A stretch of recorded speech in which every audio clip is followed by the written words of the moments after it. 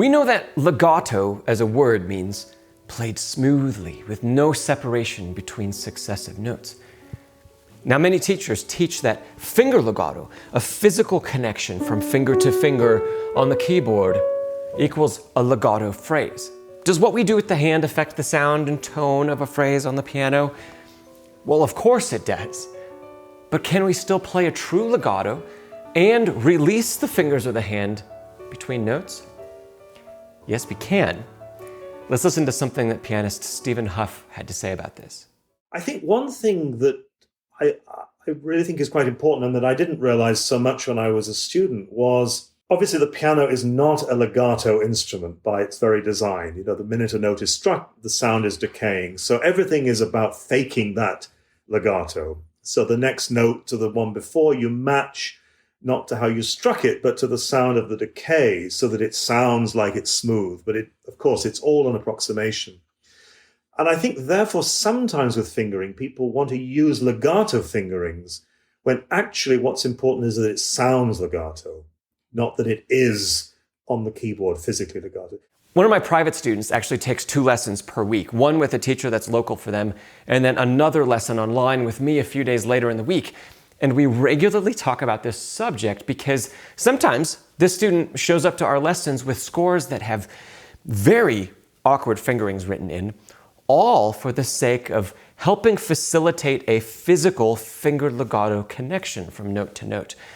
But the fingerings haven't taken into account, on the most basic level, the pedal and how it's going to connect things for us, and on a more complex level, that as we add tension to the hand by asking it to hold a pitch, maybe contort depending on the passage, if we have crossovers with fingers or under, especially ones that do not align with scale and arpeggio technique, when we have that tension in the hand, then the subsequent tone will invariably be changed and could very possibly actually be less legato than if we simply allowed the hand to move and play in a relaxed fashion. Now, what about when a composer marks legato across notes that are simply impossible to physically connect with the hand? Or what if there's a slur marked between notes that are played between the hands, using both hands? Those phrases, and there are thousands, maybe tens of thousands of them throughout the repertoire, those phrases are perfect reminders that legato can be achieved with no finger connection. Now, don't get me wrong. I'm not saying to never connect the fingers, and I'm not saying that finger legato isn't important, but that there's a time for it, and then there's also a time to let the hand move and release. Moreover, that a legato mark, when you see a legato mark in the score, it does not indicate physically what the hand actually does. And more often than you might realize, we don't even want to use finger legato to achieve the smoothest sound. Let's take a look at a real-life example. And one of the first that occurred to me was Rachmaninoff's Prelude in D major, opus 23, number 4. And we're going to look at the second statement of the theme because in this particular instance, right in the first bar, we have 3 slur marks that Rachmaninoff has given us. There's this one in the right hand top. There's this one in the right hand bottom, which is actually connecting the top F sharp to E. And then there's this one in the left hand. 3 separate marks. Is it possible to connect those with finger legato? And the answer is one of them, yes. The other 2, no. So let's talk about that. Let's first look at where the main melody lies. And this is the stem down in the right hand. We have an F sharp that needs to connect to E. Now, if it was only that written, we could, of course, connect everything physically, right? But it's not just that written. We have to play this opening rolled chord with 5 on the top. That is really the best finger. There is no other choice but to play 5 on top. Then 5 has to immediately jump to the other right-hand phrase, which means we've left F sharp. The only thing left to do is play the E with thumb. We can still make that perfectly legato. We can make it perfectly connected. We can make a beautiful melody out of it. We have to. That's what the piece demands of us. And we have to do it without any physical connection on the key surface, on the keys themselves, right? Let's take a look now at the upper right-hand part, this guy. So once we've left the opening chord, we play the top D, the upper D with 5. Well, beautifully, this is in a small enough place for us, for the hand. Everything can be physically finger legato connected if we want to, right? So that's beautiful. We have a phrase in here that we can think maybe a little less about because we can make finger connection. We don't have to worry about anything else. And that finger connection doesn't pull us into an unhealthy shape. It doesn't add tension to the hand as long as we keep the wrist in motion, right? Okay, so putting these two parts together, melody, we're really focusing on the inner melody line.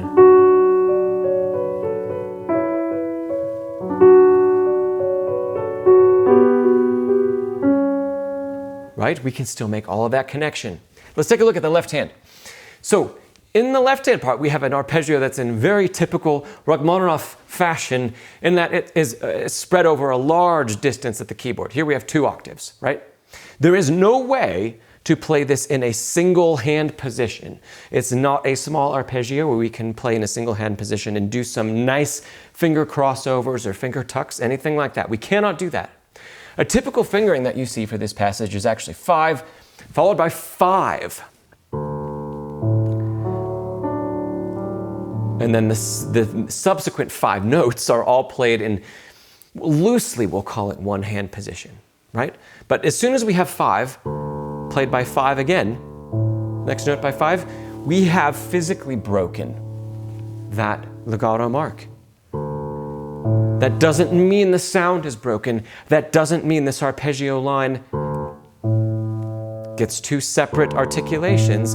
It doesn't mean that because we have to use 2 5s that we can be lazy and play one softer and then another one land on it after our shift.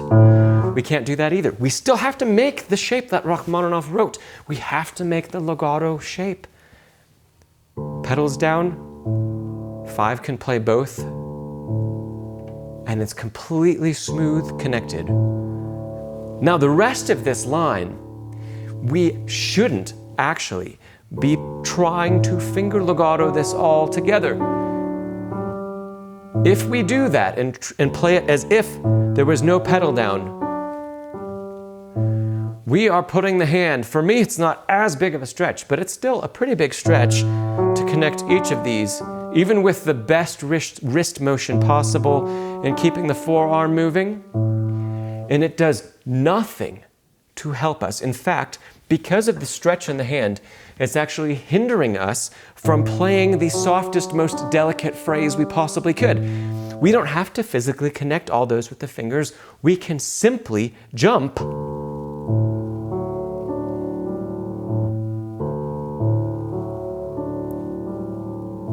everything is still smooth, perfectly connected, and I have that much control. We have that much more control over how we're articulating each of these notes because we're allowing the hand to stay in its most relaxed, most natural position. Now, that's really a subject for another video, so we're not going to get into that. But the point here is that we do not try to physically connect each of these notes. There's no finger substitution from note to note. That would make this extremely challenging, right? So no finger connection. We simply put the pedal down. We listen for legato connection, no matter what fingering you choose. Now, the difficult thing about this bar and other bars like that in this piece is that we have 3 phrases to be thinking about simultaneously, and very often we cannot finger legato connect them.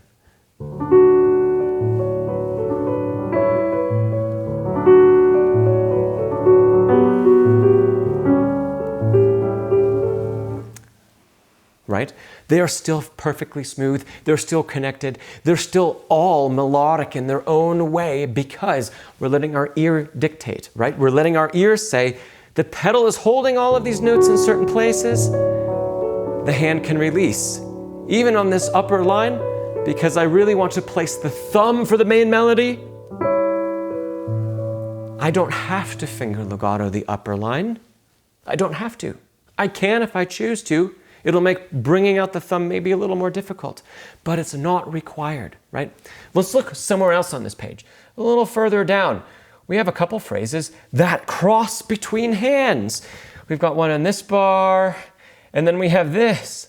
We'll look at the second one of these, this guy, because here we have a main melody.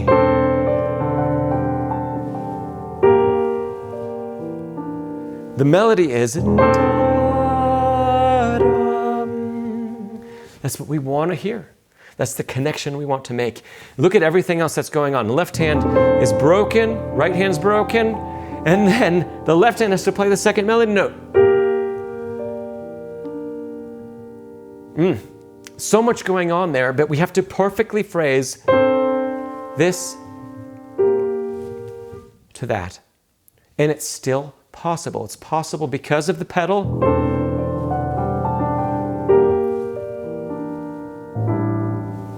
So there's another great example in this piece of, here is a phrase where the two hands have to, one starts the phrase, the other finishes it. They have to be perfectly smooth. They have to be perfectly connected. And guess what? We can still play that. Even though it's not finger legatoed,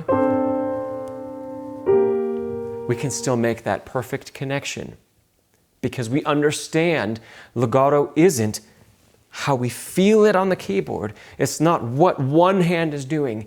It's how the ear perceives the sound. Let's sum this up. Legato itself is an auditory effect. So when a composer marks legato in a score or when they mark slurs, they intend for the sound produced to be smooth and connected. Because smoothness of phrase is perceived by the ear, we should primarily be focused on how we hear a legato phrase we've played, not necessarily what it looks like in the hands or at the keyboard. If the pedal's to be used, let your ears inform you of how it's helping the connection, and let your ears inform you of how the pedal can help let your hand relax. And if we truly must connect physically, because there are many occasions where that's important, then listen to the tonal quality of your phrase. Here are a few more questions to ask yourself in either case. Are your notes connected not only because there's no space sonically between them, but are they also connected by dynamic? Are they connected by intention? Are they connected by timbral quality? When we can answer all of those questions, yes, then we are truly playing legato. But none of those questions ask if your hand is physically connecting the notes. They all ask if your ear is hearing the connection. I'm Charles Szczepanek, and you've been watching Pianist Academy, where we practice smarter, not harder. Today's clip of Stephen Hough was taken from an episode of the Bulletproof Musician podcast, hosted by Juilliard faculty member Noah Kageyama. If you don't already know about that podcast, it's a fantastic resource for aspiring musicians, teachers, and professional musicians as well. I've left a link to it in the description below, but it's also available on all of the major podcasting platforms. Don't forget to give this video a thumbs up if you enjoyed it, and consider subscribing to the channel so that I can see you in the next video.